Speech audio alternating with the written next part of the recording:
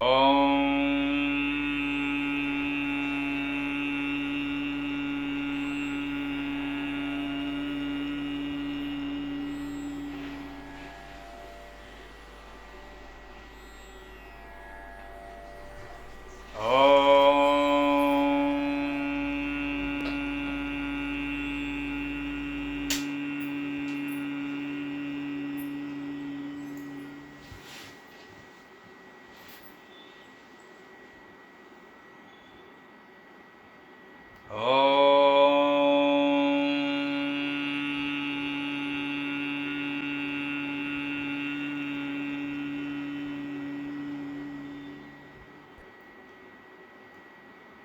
గురుర్బ్రహ్మా గురుర్విష్ణుః గురుర్దేవో మహేశ్వరः గురుః సాక్షాత్ పరం బ్రహ్మ తస్మై శ్రీ గురవే నమః. మూర్తిత్వే పరికల్పితస్య శిభృతో వర్త్మా పునర్జన్మనాం ఆత్మేత్యాత్మవిదాం క్రతుశ్చ యజతాం భర్తామరజ్యోతిషాం లోకానాం ప్రళయోద్భవస్థితి విభుశ్చానేకధాయ శ్రుతౌ వాచం నః సదదాత్వనేకకిరణః త్రైలోక్యదీపో రవిః యకిరాలకులాంబోధివిధుమానందరూపిణం అనంతార్యతనూజాతం కృష్ణం వందే జగద్గురుం శ్రీకృష్ణమాచార్యమనంతపుత్రం సత్సాధుమిత్రం కరుణార్ద్రనేత్రం గురుం గురూణాం పితరం పితॄణాం అనన్యశేషశరణం ప్రపద్యే అనన్యశేషశరణం ప్రపద్యే అనన్యశేషశరణం ప్రపద్యే. శ్రీకృష్ణార్యశిష్యరాజం జ్యోతిశ్శాస్త్రప్రబోధకం శ్రీపథమార్గమార్తాండం లక్ష్మణార్యమహం భజే.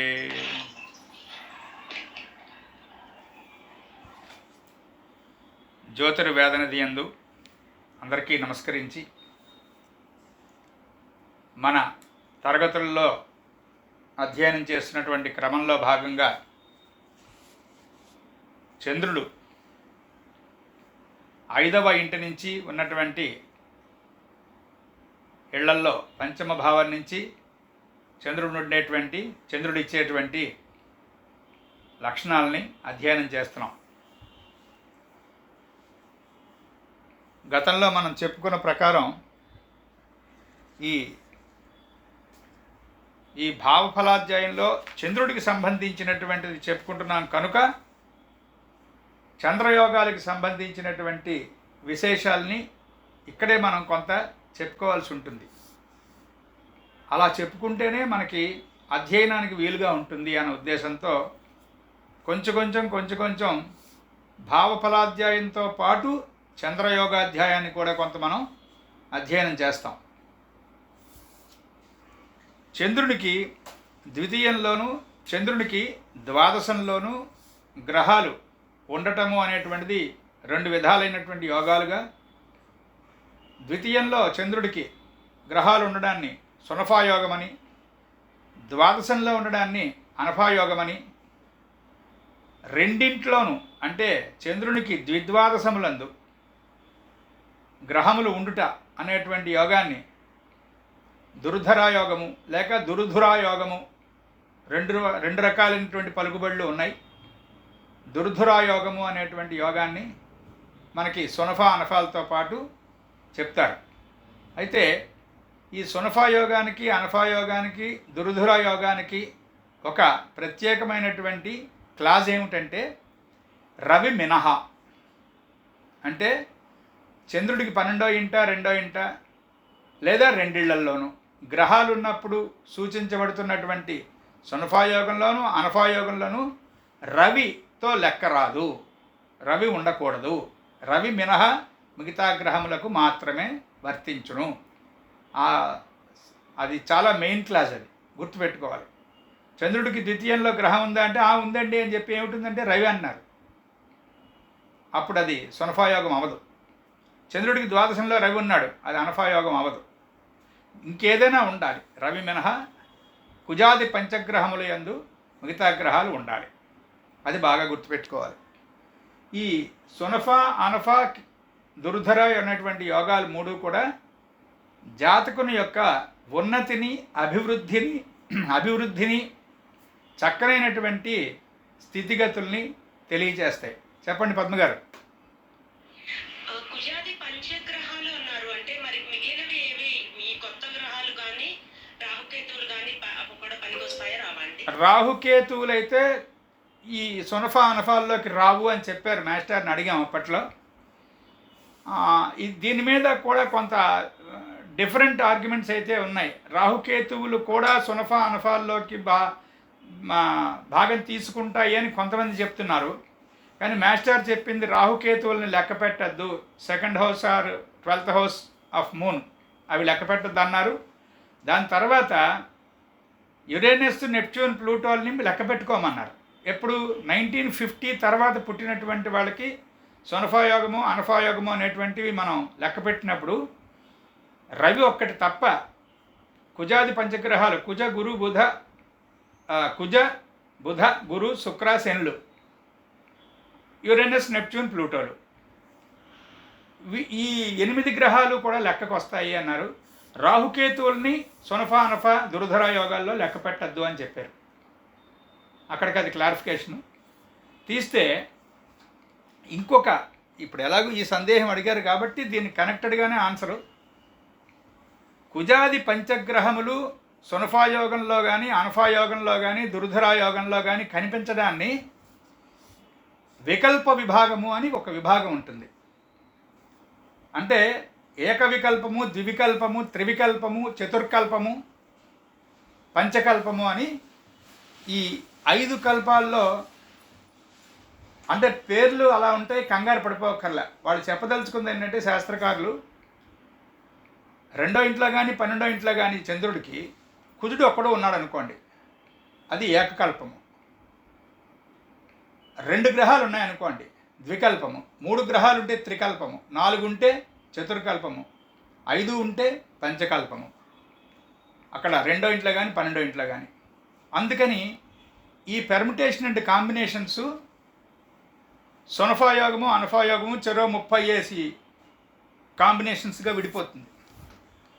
30 వికల్పాలకి 30 రకాల ఇవి, 30 రకాలు అవి, 60 రకాల ఫలితాలు వేరువేరుగా మనకి శాస్త్రంలో ఉన్నాయి. కొంచెం అటు ఇటుగా ఉంటాయి కానీ మొత్తం మీద ఇవన్నీ శుభయోగాలే, శుభ ఫలితాలే ఇస్తాయి.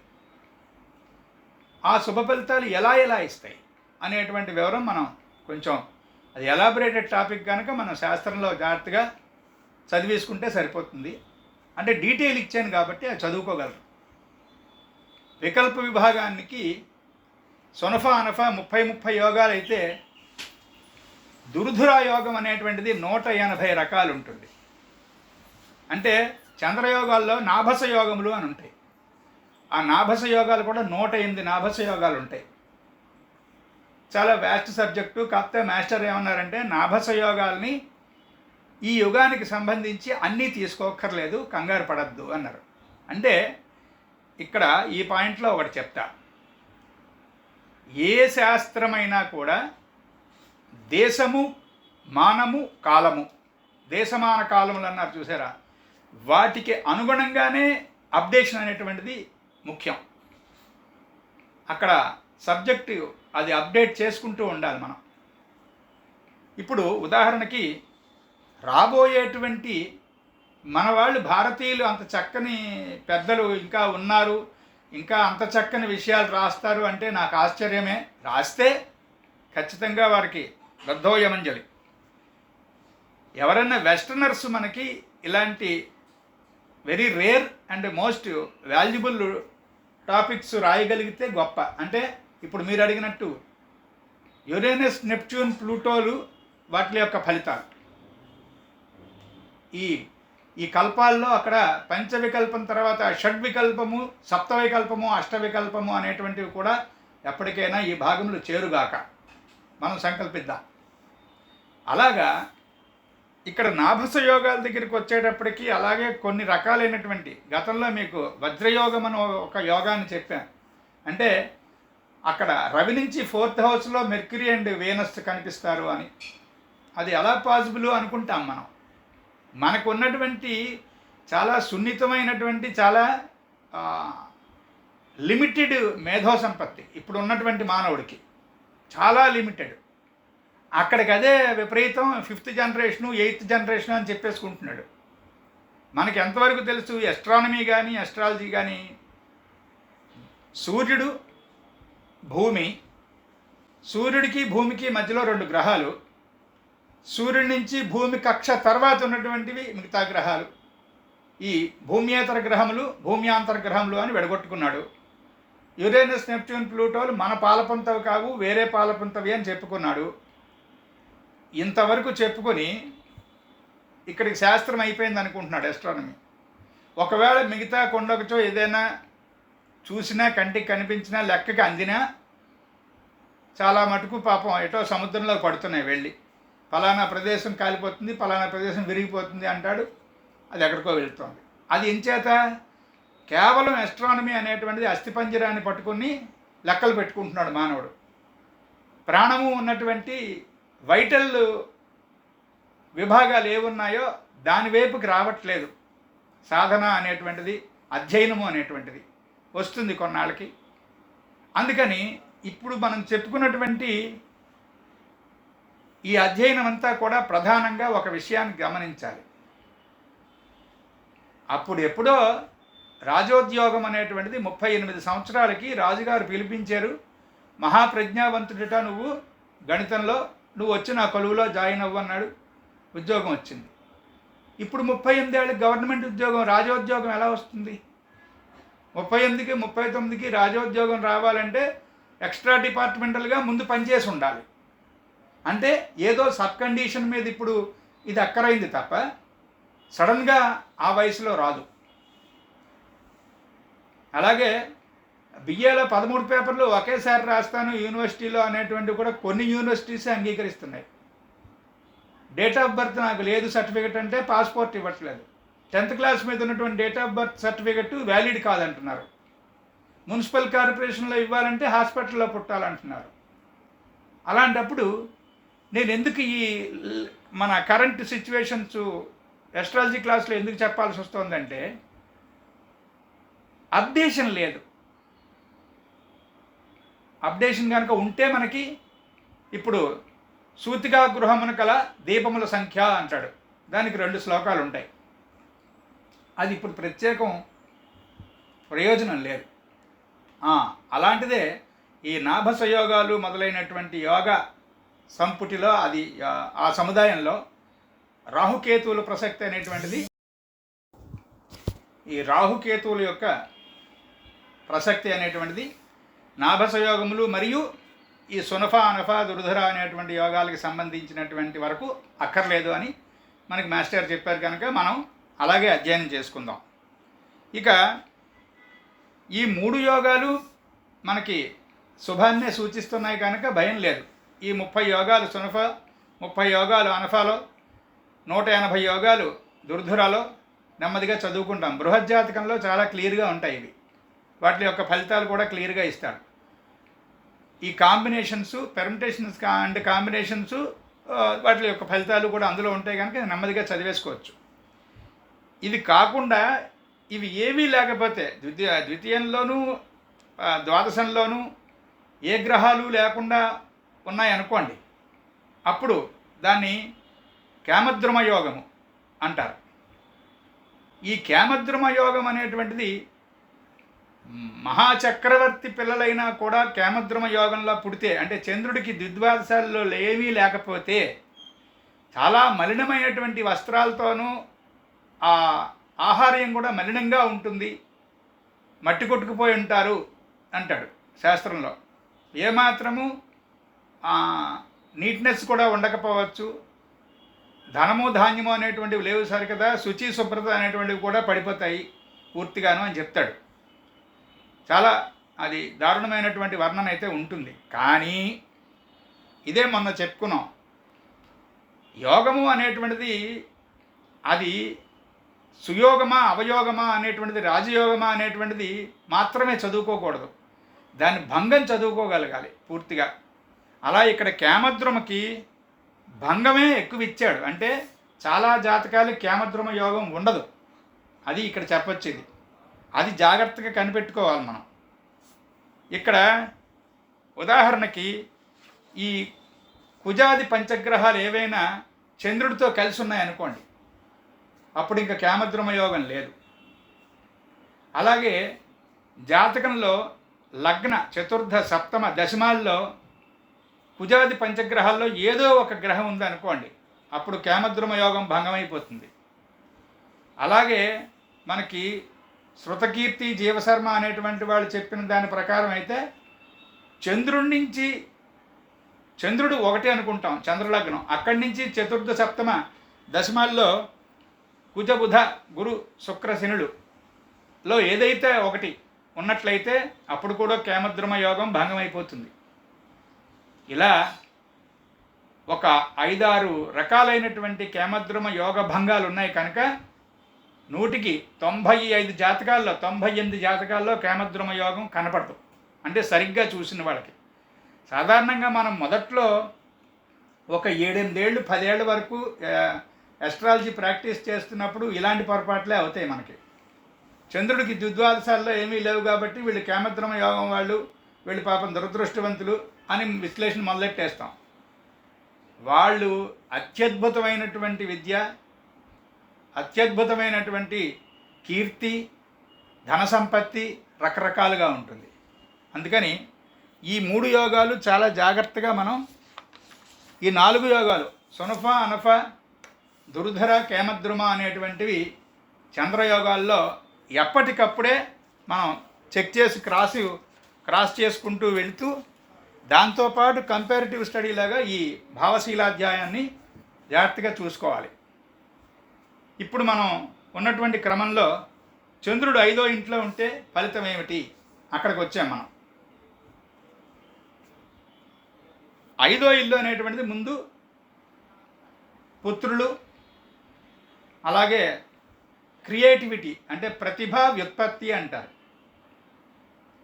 5వ ఇల్లు తెలియజేసేటువంటి విషయాలు సంతానము, ప్రతిభ, వ్యుత్పత్తి, అలాగే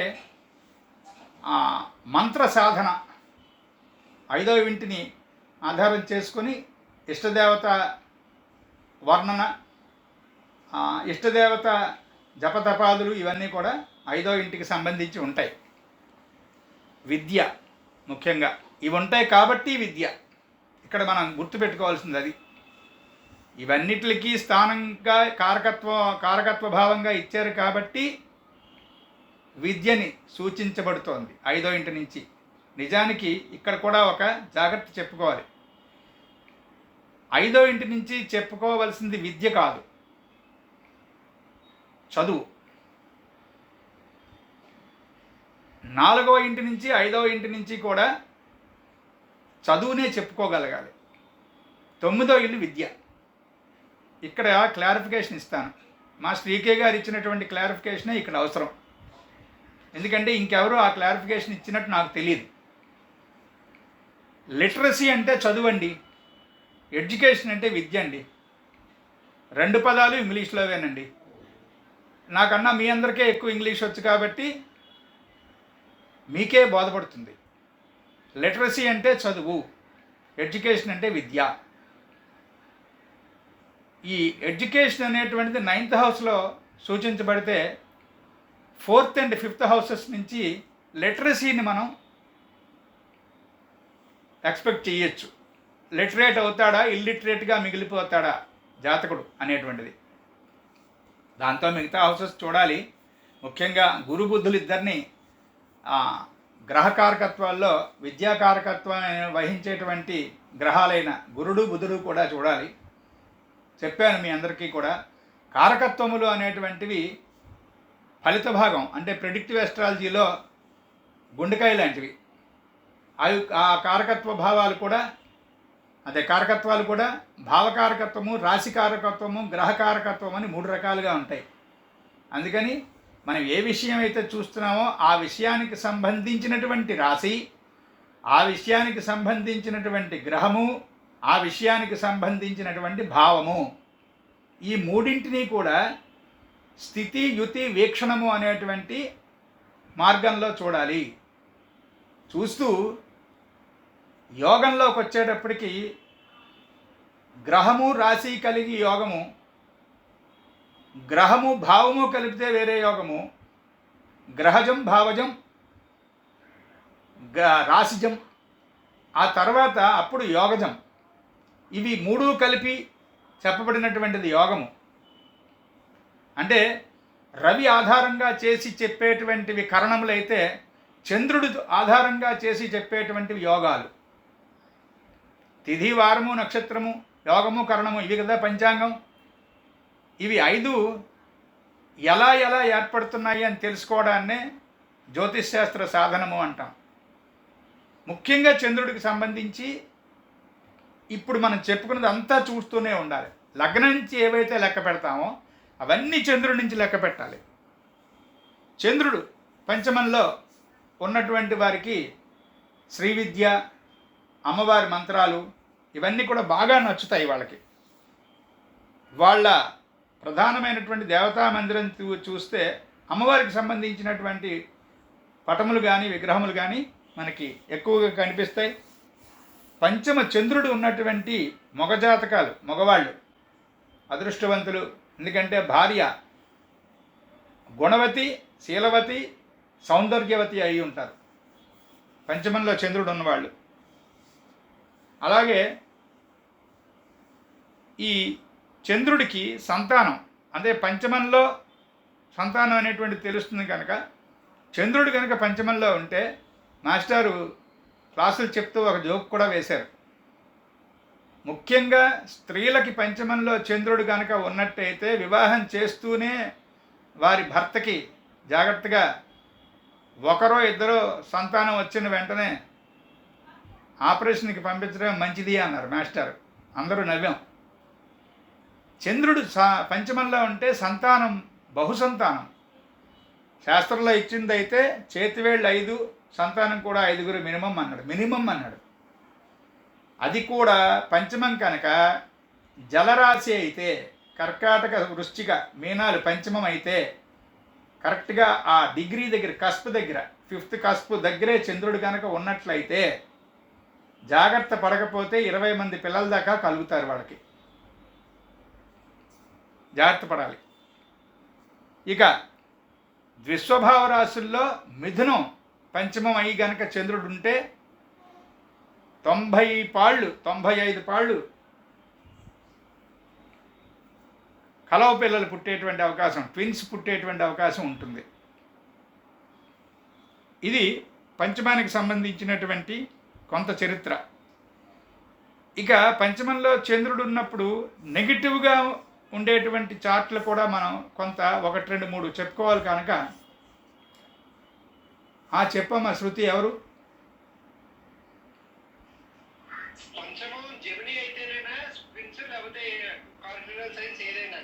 అవదు. పంచమం జెమిని అయినప్పుడు ఇచ్చారు ఆ ఆస్పెక్ట్.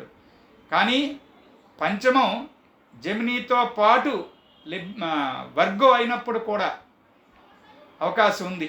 ఎందుకంటే జెమినీకి వర్గోకి రెండిటికి కూడా బుధుడే అధిపతి కనుక బుధస్థానం పంచమమై అని ఉంది నిజానికి. కానీ జెమిని అని మాస్టారు అంటే ట్రాన్స్లేషన్లో కొంత పెర్ఫెక్షన్ తీసుకొచ్చి ఇచ్చారు మనకి. అంచేత బుధస్థానం అనేటువంటిది ఉన్న వాక్యం తీసుకోవాలి కనుక వర్గోకు కూడా అది వర్తిస్తుంది. అలాగే కలవ పిల్లలకి సంబంధించినటువంటి సబ్జెక్ట్ ఒకసారి చెప్పుకోవాల్సి ఉంది. అంటే వీళ్ళకిల్లో అంటే భార్యాభర్తల్లో ఎవరికైనా పంచమం ఆ 2 రాశుల్లో ఏదో ఒకటి అయ్యి అందులో చంద్రుడు ఉండి అనేటువంటిది ఒక రీజనే, ఒక కాజే. ఇంకా అలాంటివి 7, 8 ఉన్నాయి. వాళ్ళందరికీ కూడా ట్విన్స్ పుట్టే అవకాశమే ఉంటుంది. ఎప్పుడైనా సంతానం ఒక్కటి ఒకసారి చెప్పుకోవాలి. సంతానం వేరేగా చెప్పుకోవాలి.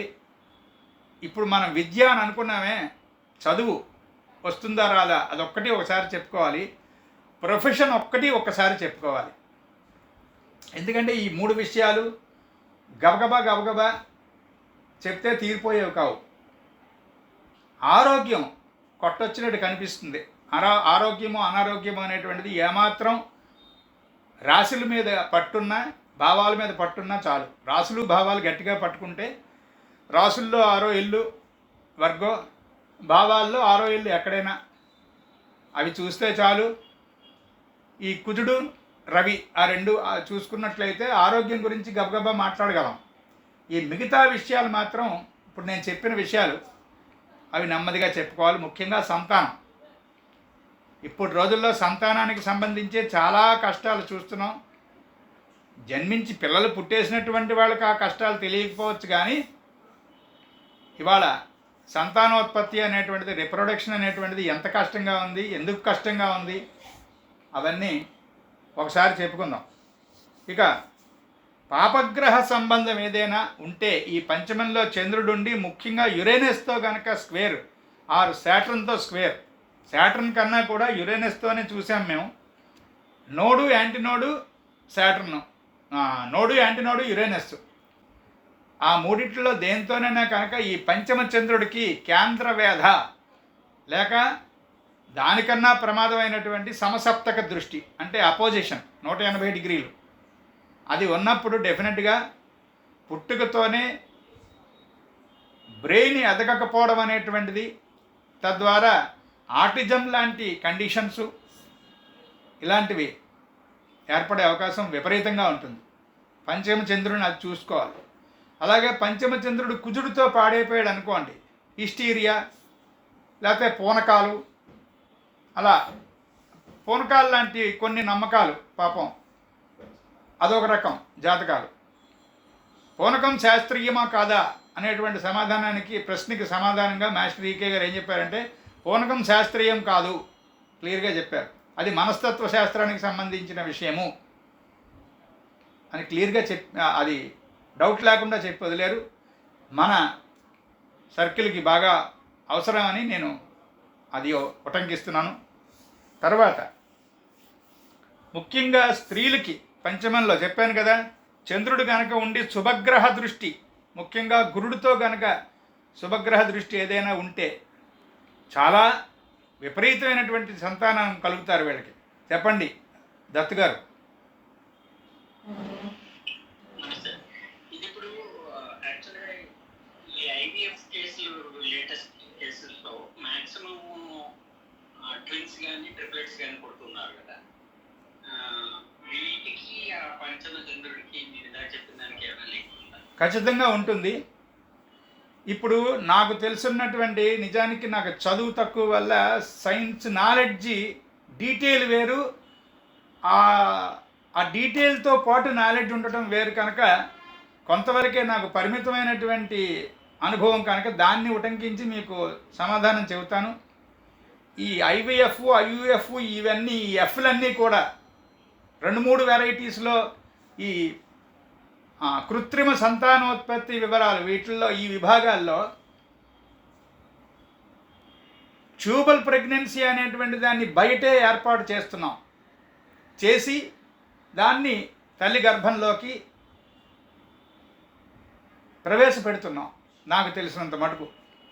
అప్పుడు ఈ తల్లి గర్భంలోకి ప్రవేశపెట్టేటువంటి ముహూర్తం కన్నా కూడా ఈ బయటే మనం స్త్రీ నుంచి పురుషుడి నుంచి గ్రహించినటువంటి ఈ శుక్ల కణాల్ని ప్రత్యేకంగా ఒక రేషియోలో ఏదో ఫిక్స్ చేసి అక్కడ కలిపి ఈ ప్రయోగంలో ఆ ప్రారంభం ఎక్కడైతే చేస్తున్నామో అక్కడ మనం ట్విన్స్ ఏర్పడేటువంటి అవకాశం ఈ ద్విస్వభావ రాశుల్లో ముఖ్యంగా జెమినీకి వర్గోకి ఎక్కువ అవకాశం.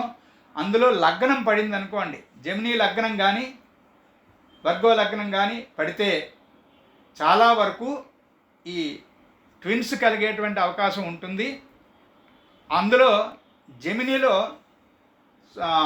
26 డిగ్రీల నుంచి 30 డిగ్రీల వరకు ఉన్నటువంటి ఆ సుమారు 3.5-4 డిగ్రీల వరకు అది ప్రయోగం ఫెయిల్ అయిపోతుంది.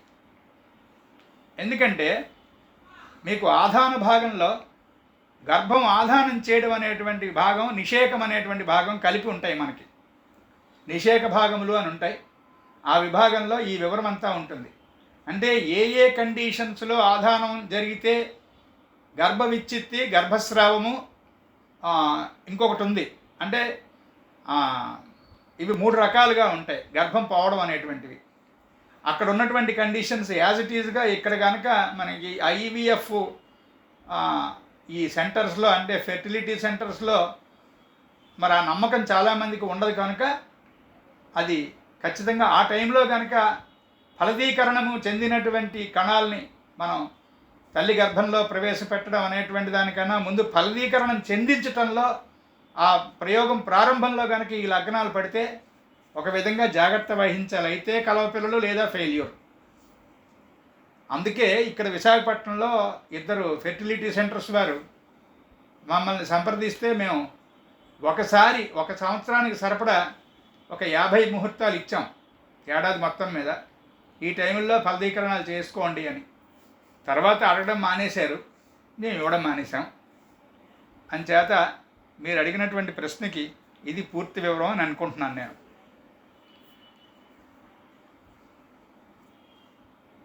తర్వాత మీరు అడిగిన ప్రశ్నకి పూర్తయిందా సమాధానం? ఓకే. అంటే యాక్చువల్గా న్యాచురల్ సైన్స్ ప్రకారం వాళ్ళు 2 oocytes రిస్క్ తీసుకోకుండా 2 embryos ని ఇంప్లాంట్ చేస్తారు. 2 oocyte వచ్చాక యాక్చువల్గా మీరు చెప్పిన ల్యాబ్లో కంజెక్షన్ అయ్యాక, బ్లాస్టోసిస్ ఫామ్ అయ్యాక వచ్చిన oocytes లో 2 ఇన్స్టాల్ చేస్తారు. ఎందుకంటే రిస్క్ ఉంటుంది, ఒకటి ఫెయిల్ అయినా ఉంటుంది. దానివల్ల కలవలు పుట్టరు, దానివల్ల ట్విన్స్ రారు. దానివల్ల ట్విన్స్ వస్తారు అనేటువంటి ఎంబ్రియాలజికల్ స్టేట్మెంట్ని ఆస్ట్రాలజీ ఒప్పుకోదు. ఎందుకంటే ఈ ప్రక్రియలో, రిప్రొడక్షన్ అనేటువంటి ప్రక్రియలో ఆధానము, గర్భము ఆధానమగుట అనేటువంటి దానివల్లే గర్భాధానము. అది దానం కాదు, దానం, ఆధానము. గర్భము ఆధానమగుట దగ్గరే ఈ జీవుడికి సంబంధించినటువంటి డీటెయిల్ అంతా ఫిక్స్ అయిపోయి ఉంటుంది. అసలు ఒకడేనా జీవుడు, 2రా, 3రా అనేటువంటిది అది అక్కడే ఫిక్స్ అయిపోతుంది. అలా 2 సార్లు పెట్టారు. 2 ఎందుకైనా మంచిది, సేఫ్ సైడు 2 సినిమా టికెట్లు తీసుకున్నాం, ఒకటి చిరిగిపోతే ఒకటి ఉంటుందని అన్నట్టుగా చేసినా దానివల్ల ట్విన్స్ వచ్చే అవకాశం ఉండదు. కలిపినప్పుడే ఈవిడ తల్లి గర్భంలోకి ప్రవేశపెట్టేటువంటి ఆ మెటీరియల్ ఏదైతే ఉందో ఆ మెటీరియల్ ప్రిపరేషన్ ప్రారంభించినప్పుడే నిర్ణయం అయిపోతుంది.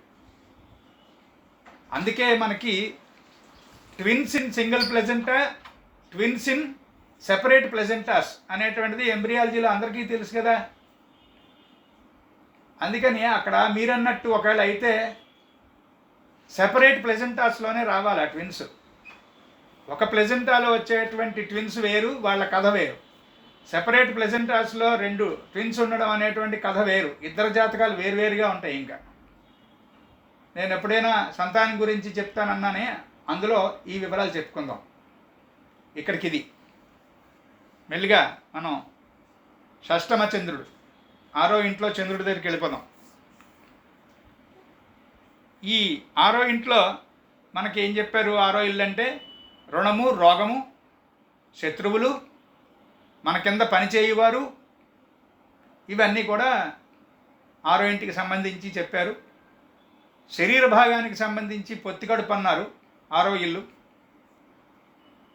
చంద్రుడు ఇక్కడ ఉంటే ముఖ్యంగా ఈ సర్వెంట్ మేట్ చాలా అనుకూలంగా ఉంటారు వీళ్ళకి.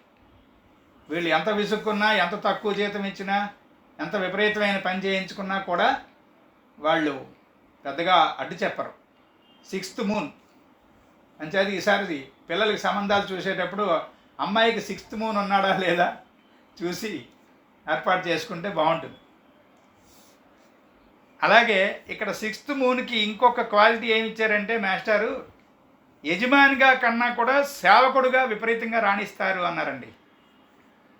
దీనికి మంచి వివరం చెప్పాలి. ఇప్పుడు కాలపురుషుని యొక్క 6వ ఇల్లు కన్యారాశి. అక్కడ సాధారణంగా అక్కడ చంద్రుడు ఉన్నటువంటి వాళ్ళు విపరీతమైనటువంటి సేవ అనేటువంటిది వాళ్ళకి ఎంత సేవ చేస్తుంటే వాళ్ళకి అంత ఇష్టం అనేటువంటి ఆలోచనతో ఉంటారు. వాళ్ళకి అది లక్షణంగా ఉంటుంది కన్య చంద్రుడికి. ముఖ్యంగా హాస్పిటల్స్లో పనిచేస్తూ, ముఖ్యంగా నర్సులు, మిడ్వైఫ్లు, హెడ్ నర్సులు వాళ్ళ డ్యూటీలు చేస్తున్నటువంటి వాళ్ళల్లో కనుక చూస్తే ఈ కన్యలో చంద్రుళ్ళు వాళ్ళు చాలా చాలా చక్కగా పనిచేసి మంచి మంచి రివార్డ్స్ తీసుకుంటూ ఉంటారు వాళ్ళు. కానీ పాపం వాళ్ళకి అవార్డులు రివార్డులు అవే దక్కుడు. అందరికీ జీతం పెరుగుతుంది, వీళ్ళు అడగరు, మాట్లాడరు కాబట్టి వీళ్ళకి జీతం పెరగదు. ఫినాన్షియల్గా ఎదుగుదల ఉండదు, కానీ మంచి పేరు ప్రతిష్ట అన్నీ బాగుంటాయి. పుణ్యం బాగా సంపాదించుకున్న వాళ్ళు అవుతారు. పురుషార్థం అనేటువంటిది కష్టంగా ఉంటుంది వాళ్ళకి. అందుకని 6th హౌస్లో మూన్ కానీ, ఈవెన్ కాస్మిక్ 6th హౌస్ అయినటువంటి వర్గోలో మూన్ కానీ వాళ్ళకి చక్కనైనటువంటి కరుణ, అంటే పిచ్చి జాలి కాకుండా, అనవసరపు జాలి కాకుండా కరుణ, జాలి అవసరంతో కూడుకుని ఉంటాయి. అవసరమైన వాళ్ళకి సేవ చేస్తూ ఉంటారు, బాగుంటుంది. ఆ లక్షణం ఇక్కడ చెప్తూ యజమాని కన్నా కూడా సేవకుడుగా వీళ్ళు ఎక్కువ రాణిస్తారు. ఒకప్పుడు ఒక ఆయన నాకు తెలుసు, ప్రసాద్ అని. ఆయన నిజానికి కార్ డ్రైవర్ ఒక నగరంలో. ఆయనకి ఎంత చక్కని పలుకుబడి ఉండేదంటే, కార్ డ్రైవర్కి ఇంత పలుకుబడా అని అందరూ ఆశ్చర్యపోయేవారు. అందరి మినిస్టర్సు, అన్ని రకాలైనటువంటి శాఖలకు సంబంధించిన మినిస్టర్స్తో పాటు అసెంబ్లీలో ఉన్నటువంటి అన్ని రకాల శాఖల వాళ్ళు కూడా, principal secretaries in different departments of assembly, ఆ ప్రసాద్ గారు కనిపిస్తే, ఏం ప్రసాద్ బాగున్నావా, ఏమండి ప్రసాద్ గారు బాగున్నారా అని పలకరించి వాళ్ళంతటి వాళ్ళే మాట్లాడుతూ ఉండేవారు. ఏదైనా ఎవరికైనా అర్జెంట్ పని ఉంటే ఈ ప్రసాదరావు గారి చేత ఆ ఫైల్ పంపించేవారు. చాలామంది తెలుగుగల వాళ్ళు. కొన్ని లక్షల రూపాయల లంచం తప్పిపోతూ ఉండేది దానివల్ల. ప్రసాదరావు ఫైల్ తెచ్చేట అంటే అది జెన్యూన్, అది ముందు చూద్దాం అనిపించేటట్టుగా ఉండేది ఆయన ఇన్ఫ్లుయెన్స్. అంటే అఫ్కోర్స్ ఆయన ఎప్పుడూ రూపాయి తీసుకున్నవాడు కాదు. ఆయన సర్వీస్ అంటే సర్వీస్, చాలా రకాలైనటువంటి సర్వీసులు చేసేవాడు ఆయన. అంచేది ఈ 6th మూన్కి సేవకుడుగా ఎక్కువ రాణిస్తారు అన్నదానికి ఈ వాక్యానికి వివరం ఇది. అయితే వీళ్ళకి పాపం ఈ సర్వీస్తో పాటు ఇంకొక చిన్న వీక్నెస్ ఏంటంటే చేదస్తం. చెప్పిందే చెప్పి, చేసిందే చేసి, కడిగిందే కడిగి, తుడిచిందే తుడిచి చూసుకోవాలి. అంటే జబ్బలు పట్టేసేయండి, తొందరగా వీక్ అయిపోయిందండి, వెన్నుపూస బాగా అరిగిపోయిందండి అని డాక్టర్ గారు చెప్పారు, ఎవరినైనా ఒక స్త్రీని చూసి చెప్పారు అంటే వెనకాల 6thలో మూన్ ఉన్నాడేమో చూసుకుని అప్పుడు ఆ వంటగదిలోకి వెళ్ళి చూస్తే ఆ డబ్బాలన్నీ కడిగిందే కడగడం, తుడిచిందే తుడవడం. ఆ పని నుంచి వాళ్ళని వెనక్కి కూడా తీయలేం. ఆ చేదస్తం అలా ఉంటుంది. అంచేత వీళ్ళు వ్యాపారం ఏదైనా కనుక ఉన్నట్లయితే, మనం 4th మూన్ ఉన్నప్పుడు చెప్పుకున్నాం చూసారు, రియల్ ఎస్టేట్కి పనికొస్తారు, తోటలు దొడ్లు అమ్మడము కొనడం వాటికి బాగా పనికొస్తారని చెప్పుకున్నామే. సేమ్ అలా వీళ్ళు చిన్న చిన్న వ్యాపారాలు, హై స్కేలు ఇండస్ట్రీసు అలాంటివి లాభం లేదు. లార్జ్ స్కేలు పెట్టుబడులు ఇలాంటివి చేయకూడదు. చిన్న చిన్న ఒక 10,000 5,000 రూపాయలు పెట్టుకొని చిన్న వ్యాపారం స్టార్ట్ చేస్తారు. ఫర్ ఎగ్జాంపుల్ చిల్లర వ్యాపారాలు అంటే మాస్టర్ ఎక్స్ప్లెయిన్ చేశారు. ఎస్పెషల్లీ 6th మూన్ వాళ్ళు వ్యాపారం చేసి బాగా లక్షల కోట్లు గడించడం అంటే ఎలా ఉంటాయంటే, పూర్వం సినిమా రీల్స్ ఉండేవి.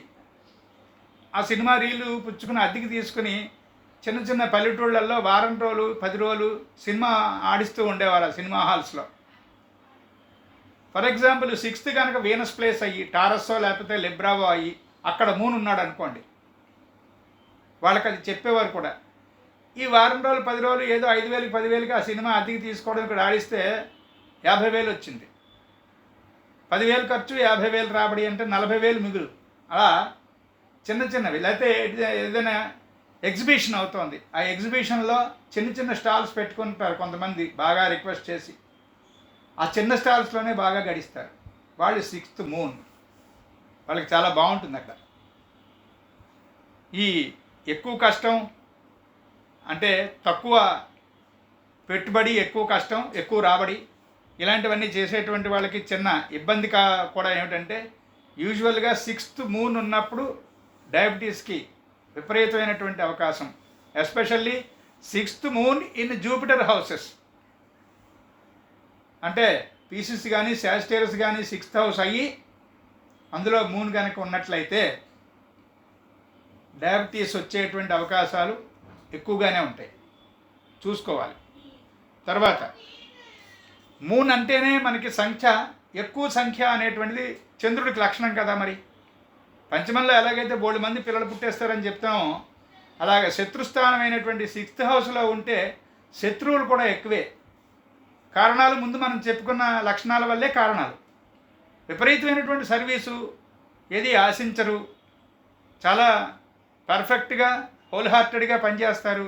మరి వాళ్ళకి శత్రువులు ఉండకపోతే ఎవరికి ఉంటారు? వాళ్ళకెవరు శత్రువులు ఉండరు, కానీ వాళ్ళు బోల్డ్ మందికి శత్రువులు.